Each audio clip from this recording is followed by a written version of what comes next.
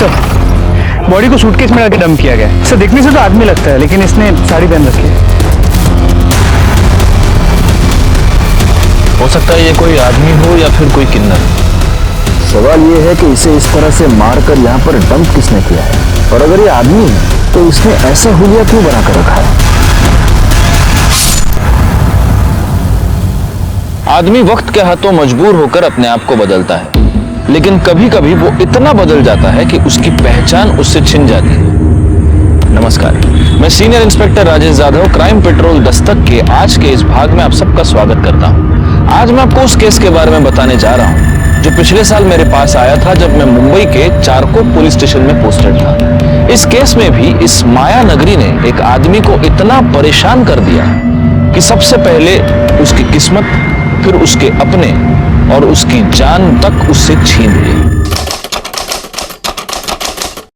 क्या करते हो दादा, इतना काम किया आपके साथ, एक बार डायरेक्टर सर से मिलने दो ना, काम की बहुत जरूरत है। रमेश तुझे समझता नहीं है, अरे ऐसे नहीं मिल सकते। 2 मिनट बस, 2 मिनट। अरे दादा उनका ड्रेस लेके जाओ ना। चलो यहाँ से, चलो। ये हाथ कैसे लगाया? हाँ? जब काम था ये आगे पीछे भागता था, अब धक्का मारता है। रमेश गुंडागर्दी मत कर, जा यहाँ से। हाँ जा रहा, आज काम नहीं है, अपना टाइम भी आएगा, देखना सबको देखेगा मैं। बाप रे बाप, कितना गुस्सा। और नहीं तो क्या, ये अपनी इंडस्ट्री है, इनके साथ इतना काम किया मैंने, आज काम नहीं तो रंग दिखा रहे साले। चाय पिएगा? ये ले। नाम क्या है तेरा? रमेश। तेरा? नाज। देख, ज्यादा टेंशन नहीं लेने का, इस इंडस्ट्री में कभी काम है तो कभी नहीं है। एक्टिंग मेरा पैशन है, सब कुछ छूट गया इसके चक्कर में। अपना नंबर दे, कहीं भी कुछ होएगा तो मैं तेरे को बताऊं। पक्का? ये कौन? एकदम हीरो लग रहे हो हैं? तुझे तो मैं हमेशा हीरो लगता हूँ। अरे फोन है। हाँ नाज, बोल। अच्छा सुन, तेरे को ना एक एड्रेस भेज रही हूँ, कल 3 बजे ऑडिशन पे पहुंच जाना और अच्छे से करना। हाँ थैंक्स नाज।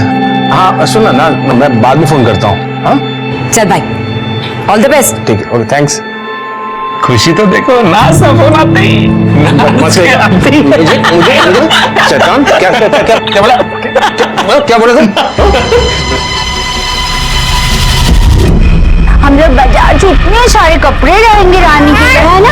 अरे भूख लगी, भूख। नहीं।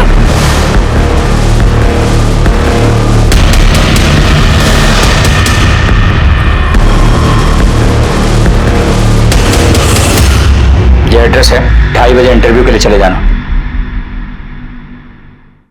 पापा,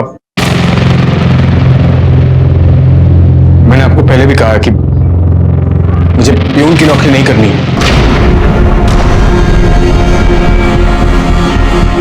प्यून की नौकरी नहीं करनी है तो क्या करना है? मैं एक्टर बनना चाहता हूँ। एक्टिंग करेगा? मिल रही है तुझे एक्टिंग? अरे समझाओ अपने लाडले को, सपनों के घोड़े दौड़ाना बंद करे, जो मिल रहा है वो चुपचाप करे। बाप हूं मैं इसका, बैल नहीं हूं, कमा कमा के खिलाता रहूंगा।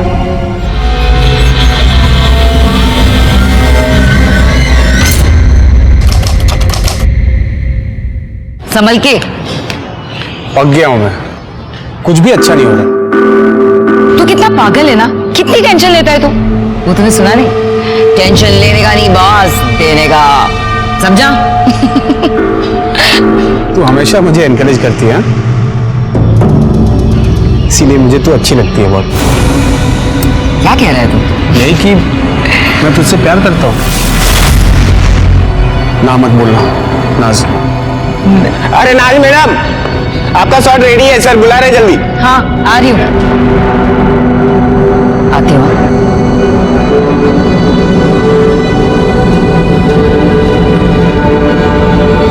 सुन, तूने आज तक इस सीरियल की शूटिंग सिर्फ बाहर से देखी है ना, आज अंदर से दिखाती हूँ। आजा। समझ में आ गया? हाँ रेडी करें? हाँ जी, ओके रोल।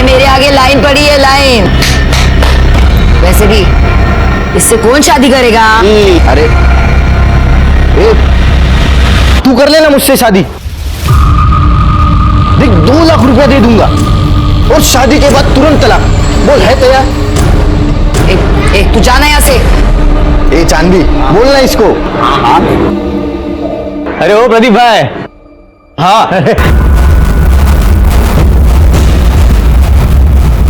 तू साली, तुझे तो आज छोड़ूंगा नहीं। दौड़ा के मारेगा क्या? हाय दैया।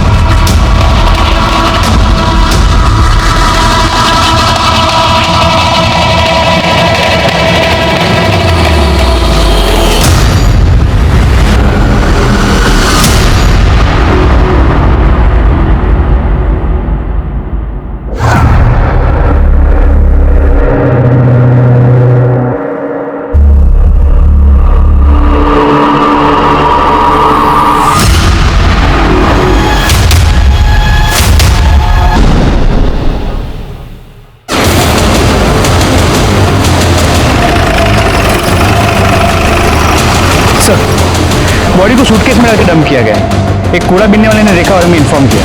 सर देखने से तो आदमी लगता है, लेकिन इसने साड़ी पहन रखी है।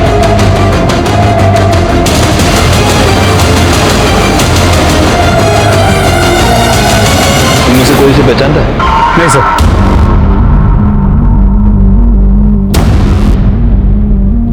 हो सकता है ये कोई आदमी हो या फिर कोई किन्नर। सवाल ये है कि इसे इस तरह से मारकर यहाँ पर डंप किसने किया है, और अगर ये आदमी है तो इसने ऐसा हुलिया क्यों बना के रखा है। अगर ये किन्नर है तो ये हो सकता है कि आपस में कोई लड़ाई हो गई हो और उसी में उसकी जान चली गई हो। ये लोग प्रोस्टिट्यूशन में भी इन्वॉल्व होते हैं, हो सकता है उसी चक्कर में किसी ने मार दिया। बैकवर्ड, तो फूल देख रहे हो? लगता है मरने से पहले इसने कोई पूजा वूजा की है। आसपास कुछ मिला मर्डर वेपन वगैरह? नहीं सर।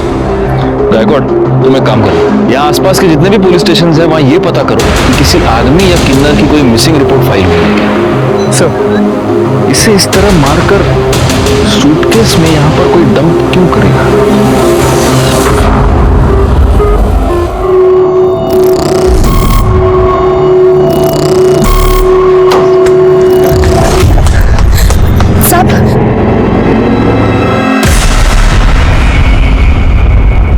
अरे तुम यहाँ क्या करी हो? जाओ यहाँ से। सब इस बच्ची को रख लीजिए साहब। तुम्हारा दिमाग खराब है? हाँ निकलो ऐसे। साहब ये आपकी बच्ची है, मैं इसे नहीं रख सकती। ये क्या बोल रही हो तुम? कौन सी बच्ची? काहे की बच्ची? तुम यहाँ से निकलो, अगर किसी ने देख लिया ना तो प्रॉब्लम हो जाएगी। चलो जाओ यहाँ से। जाओ। अगर दोबारा आई ना तो देख लेना। साहब मेरी बात तो सुनिए। साहब मेरी बात तो सुनिए।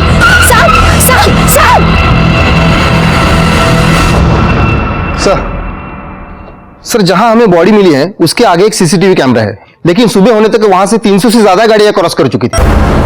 मैं जानता हूँ ये काम थोड़ा टीडियस है राणे, लेकिन फिर भी उस सीसीटीवी फुटेज को बार बार चेक करो और उसमें से हर गाड़ी के बारे में पता करो। सर मैंने सूटकेस के बारे में पता करने की कोशिश की पर पता नहीं चला, क्योंकि वो पुराना सूटकेस था। कोई मिसिंग कंप्लेंट? नहीं सर, अभी तक तो नहीं। हमने उसकी फोटो सर्कुलेट की है और हम सारे पुलिस स्टेशन में पता कर रहे हैं। सर बॉडी की पोस्टमार्टम रिपोर्ट से पता चलता है कि वो बॉडी एक लड़के की है। मौत का समय कल दोपहर 4 और 6 के बीच किसी तेज धार वाले ऑब्जेक्ट से उस पर वार किया गया, 2 स्टैब वुंड, लेकिन उसे मारने से पहले उसे बुरी तरह मारा पीटा गया। हमारे सारे खबरियों को काम पर लगा दो, आखिर पता तो चले कि एक लड़का लड़की बनकर क्यों घूम रहा है।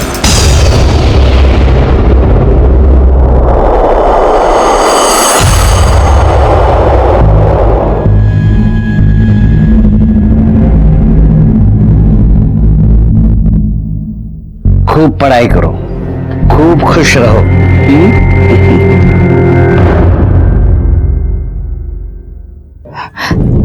चांदनी देखना, रेशमा का फोन नहीं लग रहा और कल रात से आई भी नहीं है वो।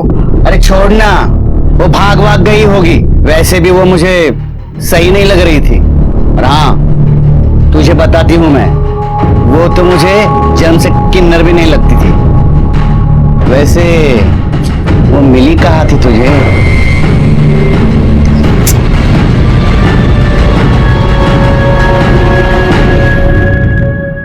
सर, ये आपसे मिलना चाहती है। बैठिए। साहब, वो परसों से मेरी दोस्त रेशमा लापता है और उसी दिन से उसका फोन भी बंद आ रहा है। रेशमा की कोई फोटो है आपके पास? है ना साहब? साहब,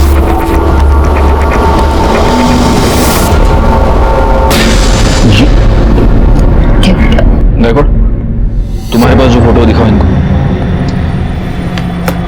साहब क्या हुआ? देखिए ये फोटो।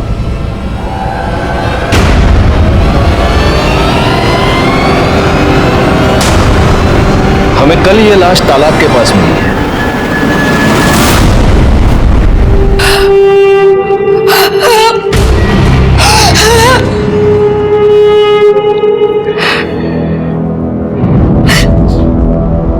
क्या तुम ये जानती थी कि रेशमा एक लड़की नहीं लड़का है?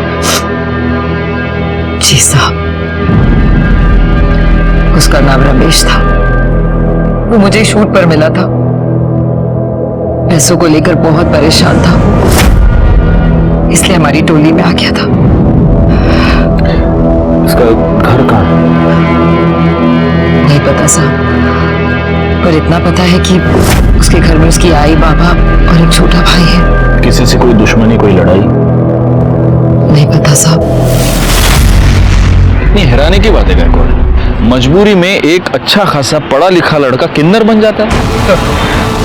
ये रमेश के कॉल रिकॉर्ड्स, इस कॉल रिकॉर्ड के हिसाब से आखिरी कॉल किसी प्रदीप की थी सर। मोबाइल लोकेशन भी प्रदीप के घर के आसपास की बता रहे हैं। गायकवाड़, इस प्रदीप को उठा लो। रेशमा को कैसे जानते हो? सर क्या हुआ, आप ऐसे क्यों पूछ रहे हैं? हुआ यह है प्रदीप की रेशमा का मर्डर हो गया और उसके कॉल रिकॉर्ड्स के मुताबिक मर्डर से पहले आखिरी बार उसने तुम्हें कॉल किया था और जब उसका मर्डर हुआ तो उसकी मोबाइल लोकेशन भी तुम्हारे एरिया की थी। अब बताओ। नहीं सर, मैंने कुछ नहीं किया सर, मैंने तो उससे शादी की थी। शादी? हाँ सर। एक मर्द के साथ शादी? नहीं सर, रेशमा तो एक किन्नर थी, मैंने उससे शादी की थी। पंडित जी ने मुझसे कहा था कि मेरे ग्रह नक्षत्र काटने के लिए एक किन्नर से शादी करनी पड़ेगी, इसलिए मैंने उससे शादी की थी। और शादी के बाद वो चली गई सर। तो शादी के बाद ऐसा क्या हो गया कि उसका मर्डर कर दिया? पैसे को लेकर प्रॉब्लम हो गई? क्या हुआ? नहीं सर, बिल्कुल नहीं सर। उसने मुझे कहा था कि शादी करने के बाद तुम्हें मुझे 2 लाख रुपया देना पड़ेंगे। मैंने उसको 2 लाख रुपए दिए भी थे सर। मेरा अगर झूठ लग रहा है तो आप पंडित जी से पूछ लीजिए सर, वो थे वहां पे। तो पंडित जी, आपने इस प्रदीप की शादी रेशमा से करवाई? जी सर।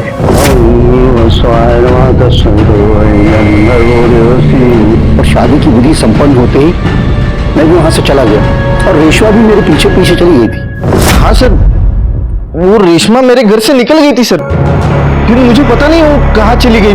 उसके मोबाइल लोकेशन के मुताबिक काफी देर तक वो तुम्हारे एरिया में ही थी। पता नहीं सर। सच बोल, कहीं ऐसा तो नहीं कि तेरा उसके साथ किसी बात से झगड़ा हो गया और तूने उसका मर्डर कर दिया?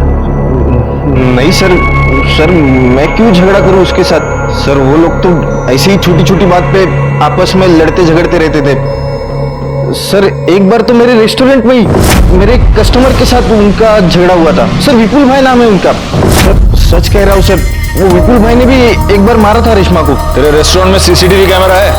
जी हाँ सर। राणे, चला घेऊन जा और उस दिन का सारा सीसीटीवी फुटेज निकालो। चलो।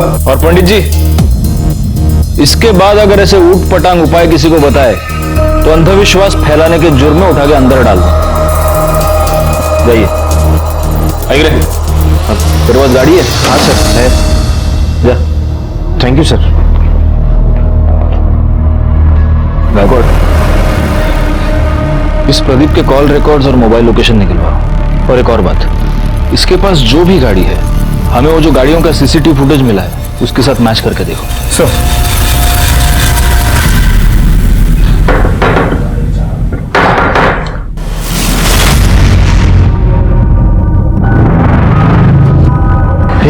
तुम यहाँ क्या कर रही हो?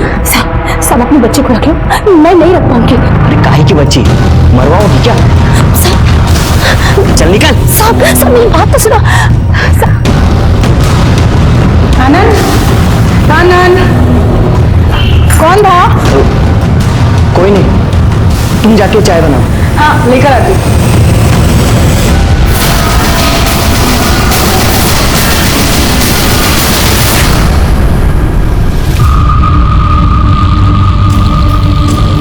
ये चांद, रेशमा और नाज, इनका आपस में रिश्ता कैसा? अरे क्या साहब, इनका तो हमेशा ही कुछ ना कुछ लगा रहता है। चाचा देना रे।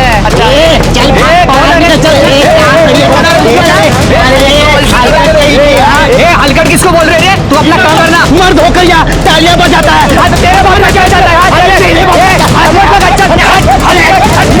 और ये जो चांद भी है ना, ये नकली किन्नरों से बहुत चिढ़ती थी। और रेशमा और नाज ये भी आपस में लड़ते थे। अरे काहे का झगड़ा साहब, इनके तो बीच चुम्मा चाटी लग रही थी, मैं खुद कई बार देखी। चांद भी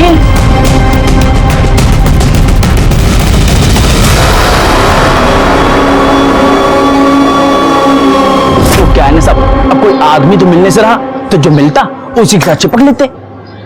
शुक्रिया। तो तुझे नकली किन्नरों से बड़ी प्रॉब्लम है हा? क्यों नहीं होना चाहिए क्या साहब? एक तो भगवान ने हम पर अन्याय किया, वो क्या कम है कि ये मर्द लोग हमारी तरफ तालियां बजाकर पैसे कमाते हैं, हमारे पेट पर लात मारते हैं। गुस्सा तो आएगा ना साहब? गुस्सा तो आएगा, सही। अब ये रमेश भी एक नकली किन्नर था, तो जाहिर है तुम्हें रमेश पर भी बहुत गुस्सा आता होगा। नहीं, ये कुछ बोली नहीं मुझे, लेकिन मैं इससे बोली कि उसका कहीं टाका भिड़ा है लड़के के साथ, लेकिन ये मानने कुछ तैयार नहीं थी। हाँ। कौन लड़की? वो सब क्या बोलूं आपको मैं?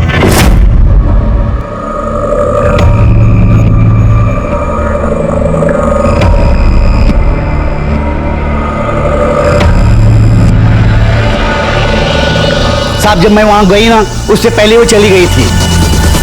वो अगर मिलती ना तो वहीं के वहीं उसका सच झूठ खुलवा देती। हाँ। तो नाज, तुम्हें यह पता चल गया था कि रमेश का किसी के साथ चक्कर चल रहा था, किसी लड़की के साथ, तो गुस्सा तो तुम्हें भी आया होगा, क्योंकि तुम्हारा और रमेश का अफेयर चल रहा था। नहीं नहीं साहब। झूठ मत बोलो, मेरे पास गवाह है। जी साहब, मेरे को बुरा लगा था। और इसी वजह से जब रमेश और प्रदीप की शादी हुई, तब तुम प्रदीप के घर के बाहर रमेश का इंतजार कर रही थी। रमेश जब बाहर आया तब तुमने उसका मर्डर कर दिया। नहीं नहीं साहब, मैंने उसे नहीं मारा। मैं उसे कैसे मार सकती हूँ? मैं भले ही किन्नर हूँ, लेकिन मैं उससे सच्चा प्यार करती थी। प्यार के साथ यही तो परेशानी है नाज, हमें पता ही नहीं चलता कि प्यार कब जुनून बन गया। बैकवर्ड, तुम्हारी मोबाइल लोकेशन, इससे यह साफ पता चलता है कि जब रमेश और प्रदीप की शादी हो रही थी तब तुम प्रदीप के घर के बाहर ही थी। अब सच बोलो। नहीं नहीं साहब, मेरे को जब चांदी ने बताया तो बहुत बुरा लगा मेरे को। मेरे पास कोई सबूत नहीं था, इसलिए मैं रमेश को कुछ बोलना नहीं चाहती थी। इसलिए मैंने अपने मोहल्ले के एक बच्चे को उसका पीछा करने को कहा और वो उसकी फोटो खींचकर मुझे भेजे। इसी वजह से मैंने अपना मोबाइल दिया था। कौन बच्चा? गुड्डू। गुड्डू। उस दिन तुम रेशमा का पीछा करते हुए प्रदीप के घर तक गए थे, फिर तुमने वहां क्या देखा? तुमने रेशमा को उस घर से बाहर निकलते हुए देखा? मैंने देखा नहीं, मैंने थोड़ी देर इंतजार किया, फिर मैं खेलने चले गया। खेलने चले गए? चलो जाओ, अब भी जाके खेलो, जाओ, ले जाइए इसे।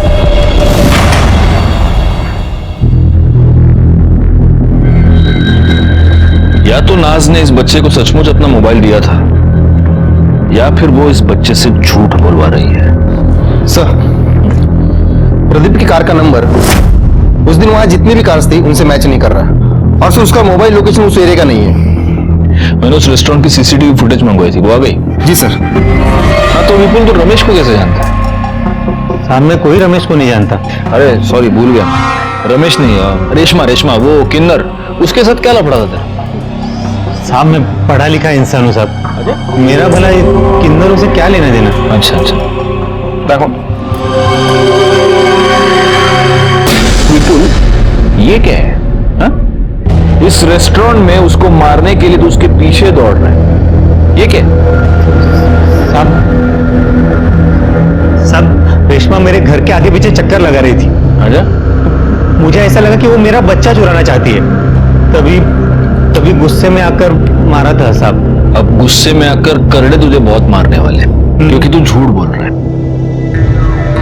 ये तेरी बीवी कोयल के और रमेश के कॉल रिकॉर्ड्स। इससे साफ पता चलता है कि इन दोनों के बीच में काफी बातचीत होती थी। उनके मोबाइल लोकेशन से एक इंटरेस्टिंग बात पता चलती है कि ये दोनों आपस में कई बार मिल भी चुके थे। और उससे भी ज्यादा इंटरेस्टिंग बात यह है कि जब ये दोनों मिलते थे तब तू भी उनके आसपास ही होता था। तेरी मोबाइल लोकेशन भी यही बता रही है। अब सच बोल, मैं तो बहुत मार खाएगा। नहीं, सब बता दो। साहब मैंने कोयल को रेशमा के साथ देखा था तो मुझे शक हो गया। अब मुझे लगा कि ये जरूर कुछ अलग चक्कर है।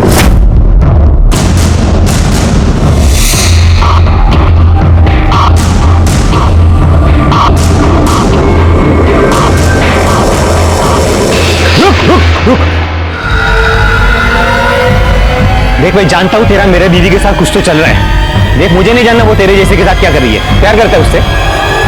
बोलना प्यार करता है उससे? बोल। हाँ तो लेके जा। हाँ लेके जा उसको, मेरे को नहीं चाहिए वो। देख 3 लाख रुपए दे तो लेके जा, समझा? अब मुझे लगा कि वो पैसा लेकर आएगा, लेकिन बाद में पता चला कि वो मर गया। मर नहीं गया, तूने उसे मार दिया। तू बहुत दिनों से उसके पीछे पड़ा था। जब वो 2 लाख रुपए लेकर तेरे पास आया, तूने पैसे लिए, तूने उसको मार दिया और तूने उसकी बॉडी तालाब के पास डंप कर दी। नहीं साहब मैंने कुछ नहीं किया साहब, मैंने नहीं मारा उसको। जब तक ये सच नहीं बोलता इसको फोड़ते रहो। साहब मैंने कुछ इसकी मोबाइल लोकेशन रिकॉर्ड के मुताबिक ये कभी उस एरिया में नहीं गया जहां में रमेश की लाश मिली थी। तो क्या हुआ? हो सकता है कि मर्डर के वक्त अपना फोन घर पे छोड़ के गया। इस कोयल को बोलो। सो गया, मैं खाना बनाऊंगी है ना।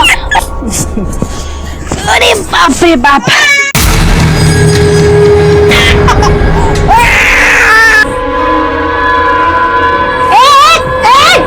क्या कर रहे? हाँ? मारे डालूंगा आज इसे। पूरा का पूरा तमाशा ही खत्म। छोड़ मेरी बेटी को। तेरी बेटी? कहाँ चले मार डालेंगे।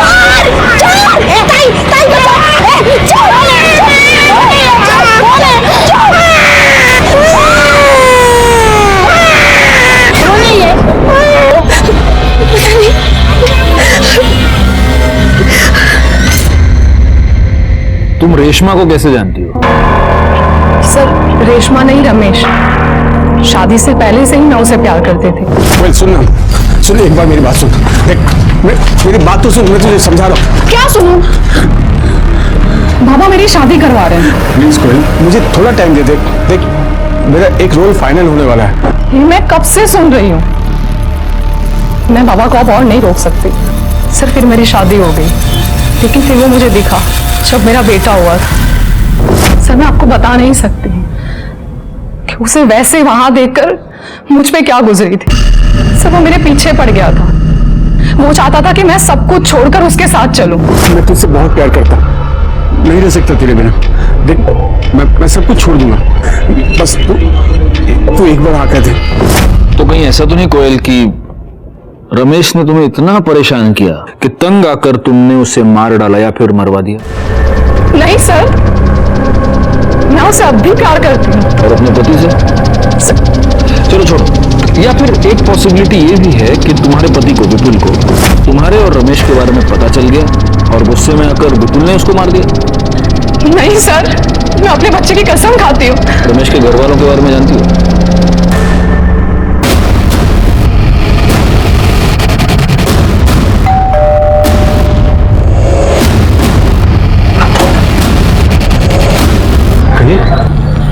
हम रमेश के बारे में आपसे बात करना चाहते हैं। बाबा ये रमेश भैया के बारे में कुछ बात करना चाहते हैं। हम किसी रमेश को नहीं जानते। देखिए आपके बेटे रमेश का मर्डर हो चुका है।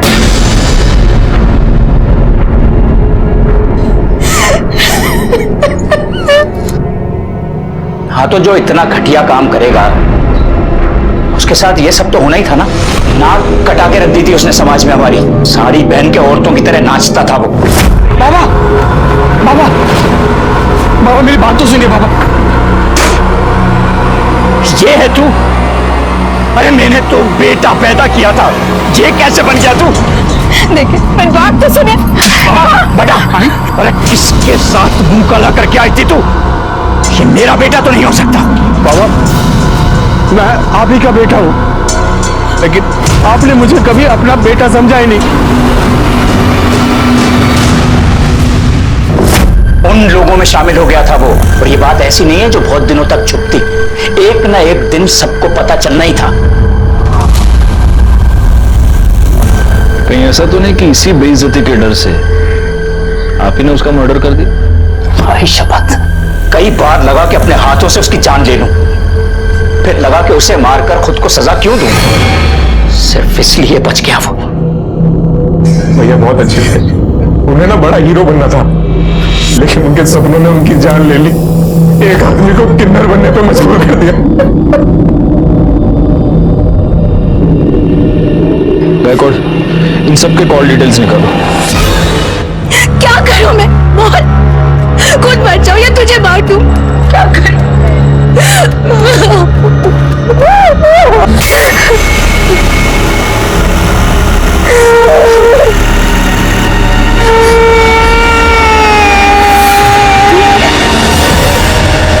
आशा, ए आशा, अरे बाहर पोलियो का टीका देने आए, रानी को लेके आना।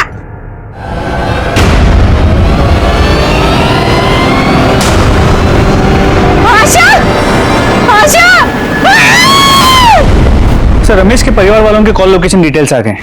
जहाँ रमेश की बॉडी मिली थी, इनमें से कोई भी वहां भी कभी भी नहीं गया है। और उस एरिया में जितनी भी गाड़ियां उस दिन देखी गई थी, उनमें से किसी का भी इनमें से किसी के साथ कोई भी कनेक्शन नजर नहीं आया। नाज और चांद की मोबाइल लोकेशन भी उस एरिया की नहीं है। एक पॉसिबिलिटी यह है कि जिसने भी ये मर्डर किया है उसने मर्डर करते वक्त अपना फोन कहीं और रखा हो। क्योंकि कैसे मर्डर तो हुआ है, अब पता यह करना है कि ये मर्डर किया किसने। हाँ बोला क्या? ठीक है सर, मलाड के एक चौल में एक औरत का मर्डर हो गया।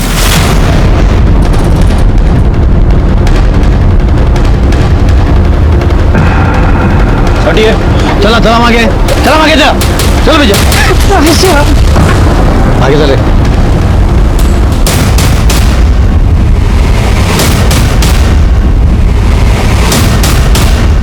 अब साहब मैं सुबह को इधर आई तो ये मरी पड़ी थी।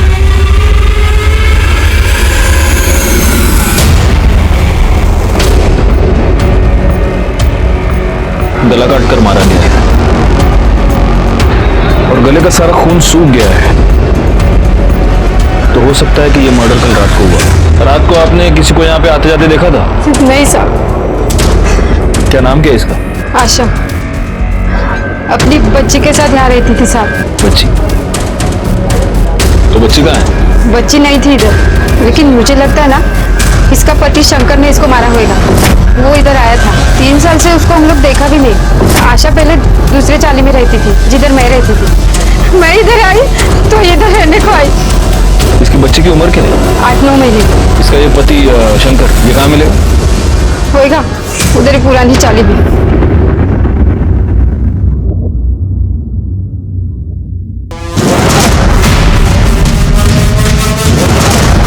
शंकर, हाँ बोलो।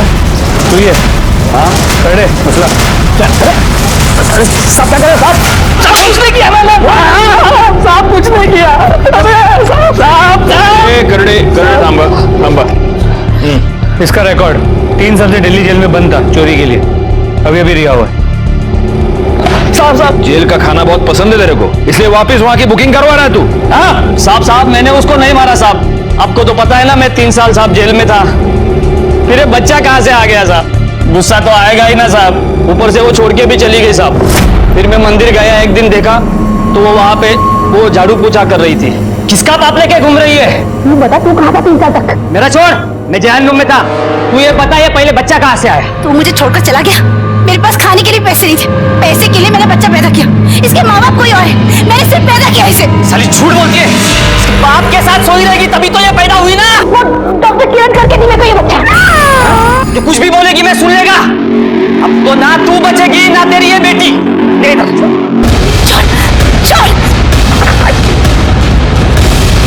रोक साले, भागती कहाँ है? फिर पता नहीं साहब वो कहाँ भाग गई। मैंने उसका बहुत पीछा किया। मैं उसके वो नए चाली में भी गया, लेकिन वहां पे साहब उसने बोला कि मैं चोर है। और इसलिए रात को उसके घर में घुसकर तूने उसका मर्डर कर दिया और बच्ची को भगा कर ले गया। बता बच्ची किधर है, बोल। सच में मुझे मालूम नहीं है साहब। मालूम नहीं?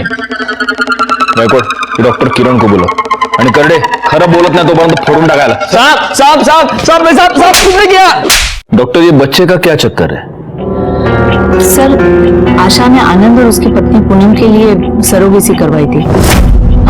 आशा को हुई लड़की और आनंद को चाहिए था लड़का, तो आनंद ने उस लड़की को अपनाने के लिए इनकार कर दिया। हमने भी उसके ऊपर काफी प्रेशर बनाया, क्योंकि लड़का हो या लड़की, सरोगेसी करवाई थी तो अपनाना तो था ही।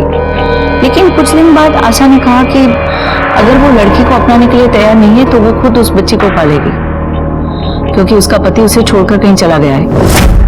और उस बच्चे में आशा ने अपना सहारा ढूंढ लिया। वैसे हमें ये शक है कि उसके पति शंकर ने ही उसकी जान ली है, लेकिन आपको कुछ और सस्पिशियस नजर आया इस केस में? कुछ दिनों से वो आनंद के पीछे पड़ी थी कि वो अपनी बच्ची को अपना ले। मेरे पास भी आई थी कि मैं आनंद के ऊपर प्रेशर बनाऊं। काफी डरी हुई लग रही थी और बार बार एक ही बात कह रही थी कि मुझ पर जान का खतरा है। ये आनंद कहाँ रहता है?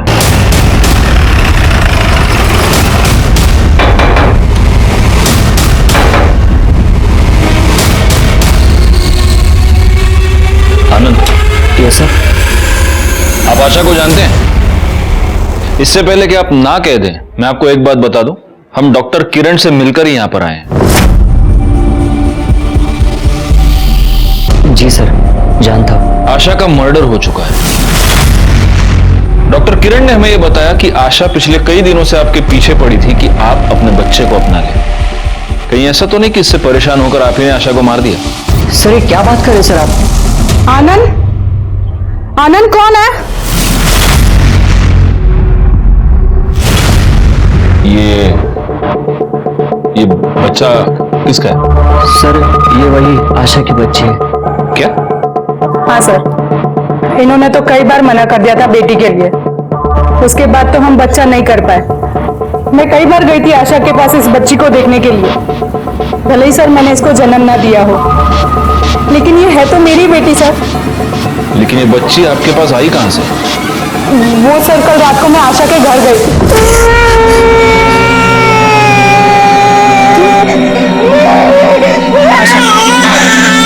ये बच्चा मुझे दे दो। देखो वैसे भी ये तुमने मेरे लिए पैदा किया था, प्लीज आशा मुझे दे दो ये बच्चा। अगर मेरी मजबूरी ना होती तो इससे मैं अपने से कभी अलग नहीं करती।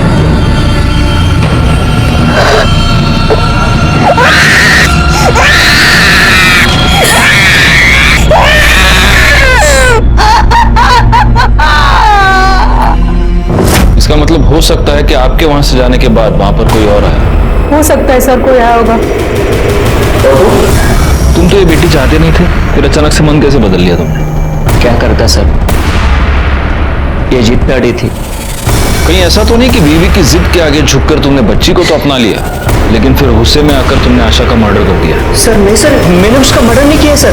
बैकआउट, इसको ले चलो साथ में और इसके सारे डिटेल्स भी निकालो। सर नहीं सर, सुनिए सर, कहाँ लेके जा रहे हैं सर? सर आशा की पोस्टमार्टम रिपोर्ट, उसे चाकू से मारा गया और इसके कॉल रिकॉर्ड्स। सर इसके अलावा पूनम के कॉल डिटेल से पता चला है कि आशा की मर्डर वाली रात उसके मोबाइल की लोकेशन आशा के घर के पास की थी, लेकिन उसके पति आनंद की मोबाइल की लोकेशन वहां की नहीं थी। हो सकता है इस आनंद ने बड़े प्लानिंग के साथ आशा का मर्डर किया और इसलिए वो मर्डर करते समय अपना मोबाइल अपने घर पे ही छोड़ के गया था।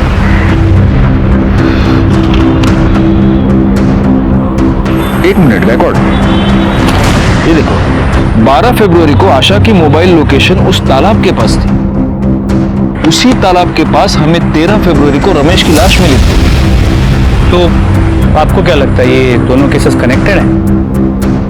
चेक करने में क्या जाता है। एक काम करो, इन दोनों केसेस से रिलेटेड सारे कॉल डिटेल्स, सारे मोबाइल लोकेशंस दोबारा चेक करो।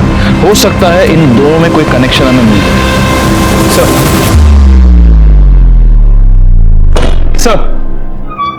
सर कनेक्शन मिल गया। इसमें आशा के घर के बाहर का सीसीटीवी फुटेज। हाँ सर ये सर आशा के मर्डर वाले दिन आशा के चौल के पास एक गाड़ी देखी गई है, और ये सेम कार रमेश के मर्डर वाले दिन उस एरिया में भी देखी गई थी। आरटीओ से पता करो ये गाड़ी किसके नाम पर रजिस्टर्ड है। ऑलरेडी पता कर लिया, मनोहर काले। तुम रमेश और आशा को कैसे जानते? सर मैं तो इन दोनों को नहीं जानता। अगर तुम इन दोनों को नहीं जानते तो उस दिन 12 फरवरी को तुम्हारी गाड़ी उस एरिया में क्या कर रही थी जहां से हमें रमेश की डेड बॉडी मिली? उस दिन तो उसने मुझसे कार मांगी थी ना, उसकी गाड़ी खराब थी। किसने? अगर तुम इन दोनों को नहीं जानते तो उस दिन 12 फरवरी को तुम्हारी गाड़ी उस एरिया में क्या कर रही थी जहां से हमें रमेश की डेड बॉडी मिली? उस दिन तो उसने मुझसे कार मांगी थी ना, उसकी गाड़ी खराब थी। किसने? सर मैं पहले भी बता चुका हूं कि रेशमा शादी के बाद वहां से निकल गई थी, फिर वो कहां गई मुझे नहीं पता सर। तुझे नहीं पता? चल अभी हम तेरे को 2 पिक्चर दिखाएंगे। देखो देखो,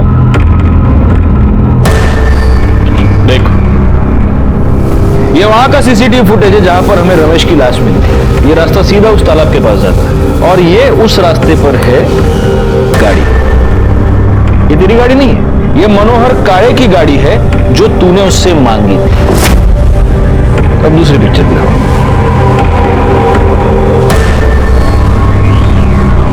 देख, ये आशा के चौल, मेरे को नहीं, इधर देख, आशा के चौल के बाहर की सीसीटीवी फुटेज। यहां पर भी तेरी गाड़ी मौजूद है। तेरी मतलब मनोहर काळे की गाड़ी जो तूने उससे मांगी थी।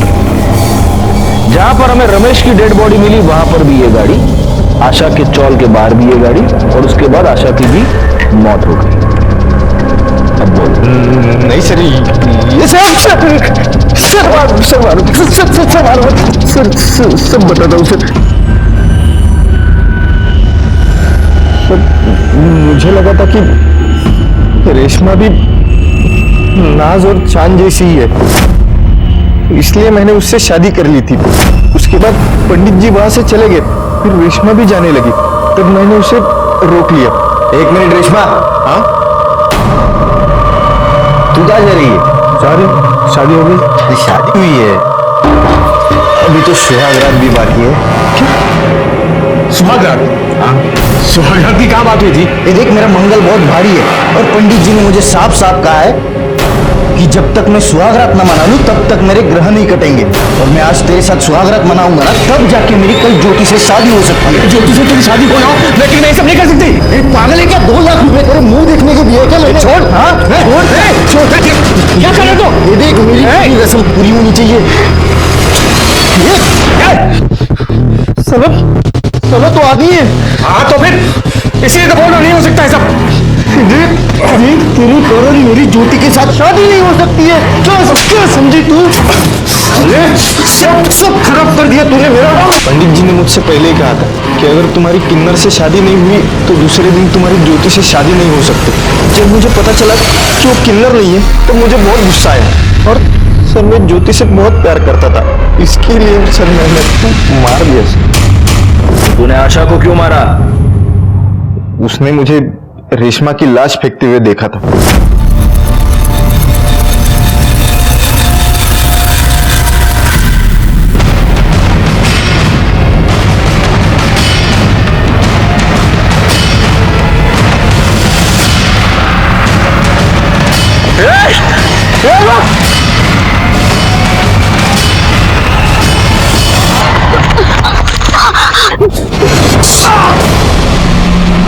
और उस दिन वो मेरे हाथ से बच गई।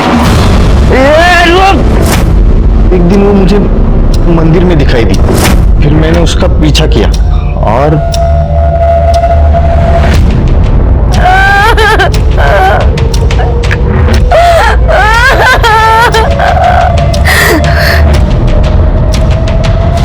अपने अंधविश्वास की वजह से तूने 2 लोगों की जान ले ली। अब जिंदगी भर जेल में सड़ेगा तू। रिकॉर्ड, चार्जशीट फाइल करो। और उठा के डाल दो इसको अंदर। प्रदीप को रमेश और आशा के मर्डर के जुर्म में सजा मिली, केस सॉल्व हो गया। लेकिन इस केस में सोचने वाली बात यह है कि अपने हालात से हार मानकर जब रमेश ने किन्नर बनने का फैसला किया, तब क्या उसे अपने इस डरावने अंत की दस्तक नहीं मिली थी? अपना लोग, अपनी दुनिया, अपने परिवार से मुंह मोड़कर वो एक ऐसी दुनिया का हिस्सा बन गया जिस दुनिया के बारे में वो कुछ भी नहीं जानता था।